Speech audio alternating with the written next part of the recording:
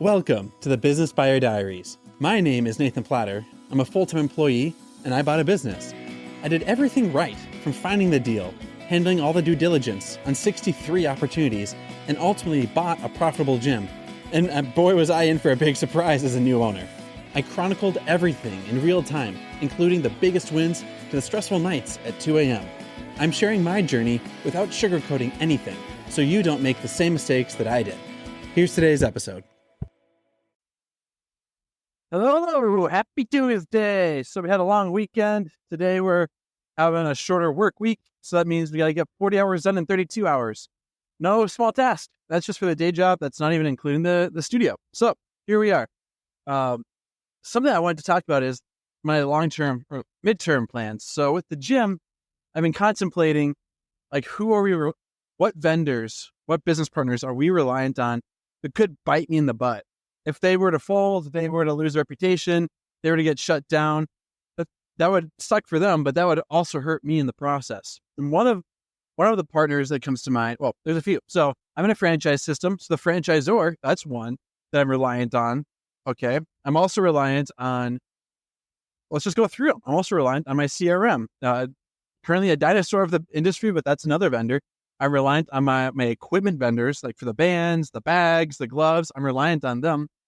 One that jumped out of my mind was I'm reliant on my marketing. And the reason they jumped out is there's someone that I work heavily on. They're my pipeline. They develop leads. They promote, they get new folks in the door to have conversations. And a new vendor I picked up was basically like a sales agency that does like the texts, the calls, the scheduling, and ideally some sales closing, but a lot of the scheduling and the appointment setting. And so those are the top two partners that are top of my mind. I don't really buy from equipment vendors. I don't really get a lot. I don't really like beg a lot from my franchisor. And so I use them for branding. I don't really use them for like, how should I run my business? I don't really use them for that. And so the two vendors in my mind that are top of my mind, who would want to get more involved with or have some ownership in, is definitely like the marketing agency that's running my ads, my campaigns, doing split tests, as well as the folks that are generating my sales. I use a vendor for both, so I'm paying a monthly maintenance or a monthly retainer fee. So it's like $2,000 a month per vendor. And then I pay, well, for the marketing people, I also pay a monthly ad. I also pay like ad budgets. So I could scale it up, scale it down, but that's the one thing that changes. For the sales rep agency, I pay just a monthly bundle. I think it's like $550 a week. Now I don't pay anything additional. It's just the bundle or the package of hours. With the agency though, they're very good. I really like working with them. However, if one day they were to get slapped with a fine, they get shut down, they get sued, that's someone that I'm heavily reliant on. I'd have to go find a new agency tomorrow, and that kind of spooks me.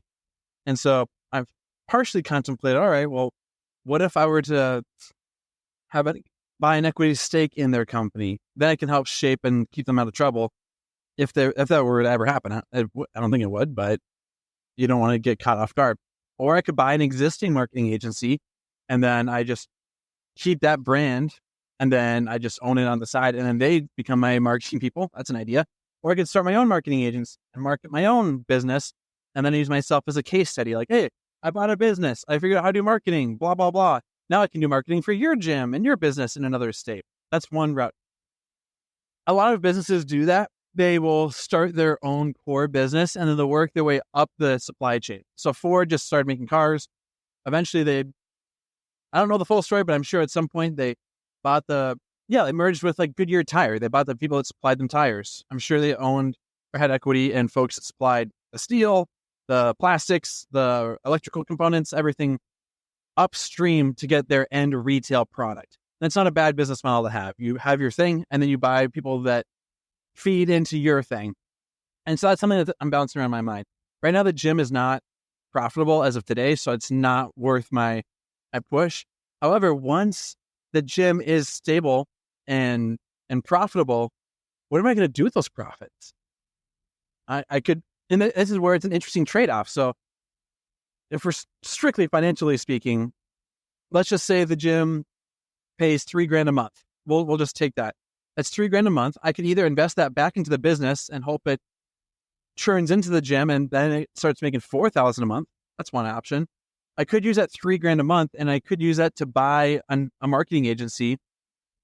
And like the gym, right? At the gym at its peak, it'll probably have like the business profit margin. Gosh, 60 at peak, it'll probably be 60 a month in revenue, maybe $10,000 a month in owner take home pay. So like a 15% margin.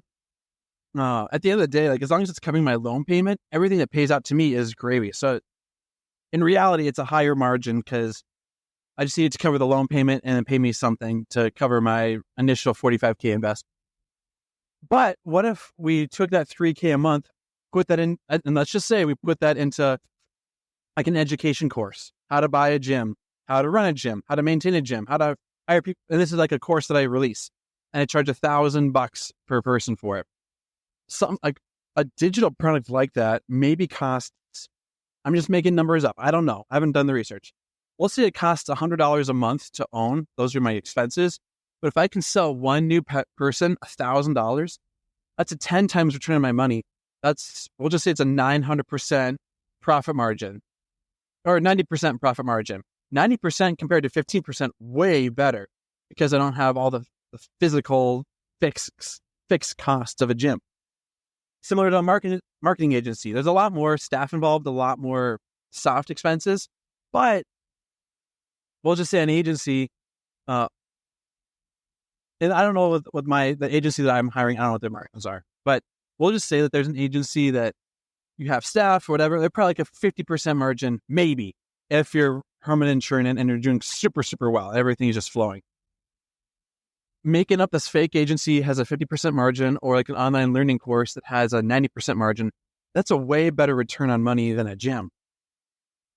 And so something I'm kicking around the idea of, and everything is easy when you're looking at it from an outsider's perspective. A gym looks easy when you're not in the weeds. But later this year, like right now we're losing $6,000 a month. That sucks. In a couple months, we'll be making $2,000 a month. Okay. And then in midsummer, the loan payment will start getting covered. We'll say in August, it'll start paying me $4,000 a month. So $4,000 a month, it'll take a while to cover the $6,000 in losses. So honestly, for the whole year, I'm expecting to break even. That's my big lofty ambition for the year. If it's profitable, I'd be shocked. We're going to run like it's going to be profitable, but man, not the big haymaker I thought it would be. Well, all that to say, once things are profitable, I want to have a good outlet for those profits. Right now, the trendy thing to do is to buy rental properties. Rental properties will not make you a fortune. If you buy a house for $300,000, you'll make $200 a month profit. Getting a $60,000 loan for a $200 a month profit, plus the surprise expenses of tenant turnover. It is not a good investment. Real estate is good once you need expense or tax write-offs and depreciation. It's a net worth preserver. It's not a net worth builder. And right now I'm in the cash flow accumulation stage of life. So all that to say, something that's more intangible, more digital, with still a high perceived value. And I don't want to say perceived like it's a trick or anything, but higher value that doesn't require a lot of physical obligations. And marketing does that. Education, coaching, consulting, those do that. I don't want to sell my time, but I want to sell my knowledge accumulation. So those are things I'm kicking around. It's still end of February. There's still 10 months of a year left to go. I'm counting my eggs before they hatch, and I have to realize that's what I'm doing. But realizing, okay, where's the best margin business where I can add value to the world, but I can also, where if I'm trying to bring home an extra $5,000 a month in profit, what's going to eat up the least amount of money and least amount of energy and time to hit that $5,000 profit or take home? So that's how I'm thinking about things and realizing, okay, who am I reliant on? What have I paid for in the past? Who has already done this kind of stuff? And at the end of the day, I can provide things, but I can't guarantee other people's results from it. Quick side tangent. Some folks that buy like a coaching package or like a course or something, they'll say, hey, I need to guarantee that when I buy this learning module, I'm going to get a certain return on my money. You can't do that. That's like going to college and saying, hey, I need a guarantee I'm going to get a certain job after I'm done with college. You don't know if someone's going to complete college. You don't know if someone's going to be good at getting jobs after college. You don't know if someone's going to be able to keep a job, even if they're smart after college. That's why colleges don't offer income guarantees or results guarantees. All they can do is offer, if you go through the modules, you pass the exams, they can guarantee that you'll graduate, but you have to, well, they don't even guarantee that. They can guarantee that you'll be learning when you're learning. And so that's all I can do as a content provider or a learning provider. I can guarantee what I'm giving you, but I can't guarantee what you're going to do with it. Because you could learn it and then say, cool, that's nice to know. And then you walk away and do something else. So all I have to say, thinking about what to do with the profits later this year. If there are any profits, we'll find out later. And at the end of the day, what can I be delivering with that's going to move the needle in my world for my peers, my friends, my tribe, if you will. And where has God called me to speak to people? Who can I encourage, support, advocate, push to higher limits? All that good stuff. That's what I'm thinking about. That's where we're going. That's where we're rolling. Let's rock and roll. This has been another episode of the Business Buyer Diaries. Subscribe so you don't miss the next episode. I hope you're realizing that business ownership is no cakewalk. Check the podcast notes for a link to the DIY due diligence program, the complete list of show sponsors, and for media inquiries. Music written and composed by Wes Schrock. I'm your host, Nathan Platter. Join me again on the next one.